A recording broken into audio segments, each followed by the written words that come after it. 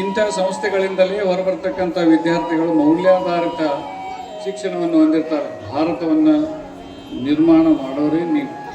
ಯಾಕಂದರೆ ಈಗ ನಮಗೆ ಶಿಕ್ಷಣ ಎಲ್ಲ ಕಡೆ ಸಿಗ್ತೈತಿ, ಆದರೆ ಮೌಲ್ಯಾಧಾರಿತ ಶಿಕ್ಷಣ ಸಿಗೋದಿಲ್ಲ. ಮೌಲ್ಯಾಧಾರಿತ ಶಿಕ್ಷಣ ಅಂದರೆ ಏನು? ನಾವು ಮೊದಲು ಪ್ರಾಮಾಣಿಕತೆ, ನಿಷ್ಠುರತೆ ಇವನ್ನೆಲ್ಲ ನಾವು ವಿದ್ಯಾರ್ಥಿಗಳಲ್ಲಿ ತುಂಬಬೇಕು. ಪ್ರಾಮಾಣಿಕತೆ ಅಂದಾಗ ಒಂದು ಸಣ್ಣ ಇನ್ಸಿಡೆಂಟ್ ನೆನಪು ಬರ್ತದೆ. ಮಕ್ಕಳೇ, ನೀವು ಬಹಳ ಪವಿತ್ರವಾದಂಥ ವಾತಾವರಣದಲ್ಲಿ ಇದ್ದೀರಾ.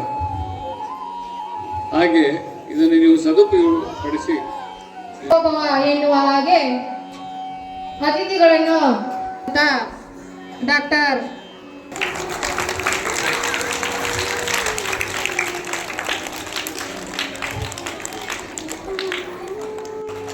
ಮಕ್ಕಳಲ್ಲಿರುವಂತಹ ಅಜ್ಞಾನವನ್ನು ಕಳೆದು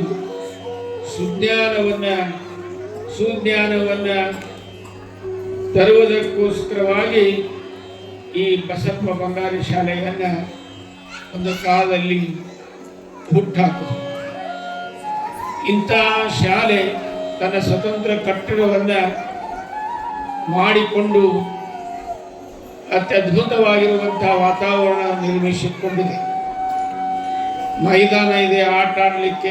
ಇವತ್ತು ನಾವು ಸಿಟಿಯಲ್ಲಿ ನೋಡ್ತೀವಿ, 4 ರೂಮ್ ಇರ್ತಾವ, 2 ರೂಮ್ ಇರ್ತಾವ, ಶಾಲೆ ಪ್ರಾರಂಭ ಮಾಡಿರ್ತಾರೆ. ಮುಂದೆ ಏನೇನು ಒಂದು ಗೇಮ್ ಜಾಗ ಇರಲ್ಲ. ಆದರೆ ಇದನ್ನು ನೋಡಿದ್ರೆ ಭಾಳಷ್ಟು ಸಂತೋಷ ಅನ್ನಿಸ್ತದೆ. ಒಂದು ಸಣ್ಣ ಕಾಲೇಜ್ ಕಟ್ಟಡ ನೋಡ್ದಂಗೆ ಆಗ್ತದೆ. ಅಂತ ಅದ್ಭುತವಾಗಿರುವಂಥ ಕಟ್ಟಡ, ಅಂತ ಅದ್ಭುತವಾಗಿರುವಂಥ ಪ್ರಾಂಗಣ. ಇದಕ್ಕೆಲ್ಲ ಭಾಳಷ್ಟು ದೊಡ್ಡದವರು MB ಪಟ್ನಿಯವರು, ಡಾಕ್ಟರ್ S ಚೌಡಿಯವರು, ಇವರೆಲ್ಲ ಭಾಳಷ್ಟು ಒಂದು ಸಮಯದಲ್ಲಿ ಹೋರಾಟ ಮಾಡಿದ್ರು. ಹೀಗಾಗಿ ಇದು ನಮ್ಮ ತಾಲೂಕಿನಲ್ಲಿ ಒಳ್ಳೆಯ ಹೆಸರನ್ನು ಮಾಡಿರುವಂಥ ಶಾಲೆ ಬಂಗಾರಿ ಶಾಲೆ.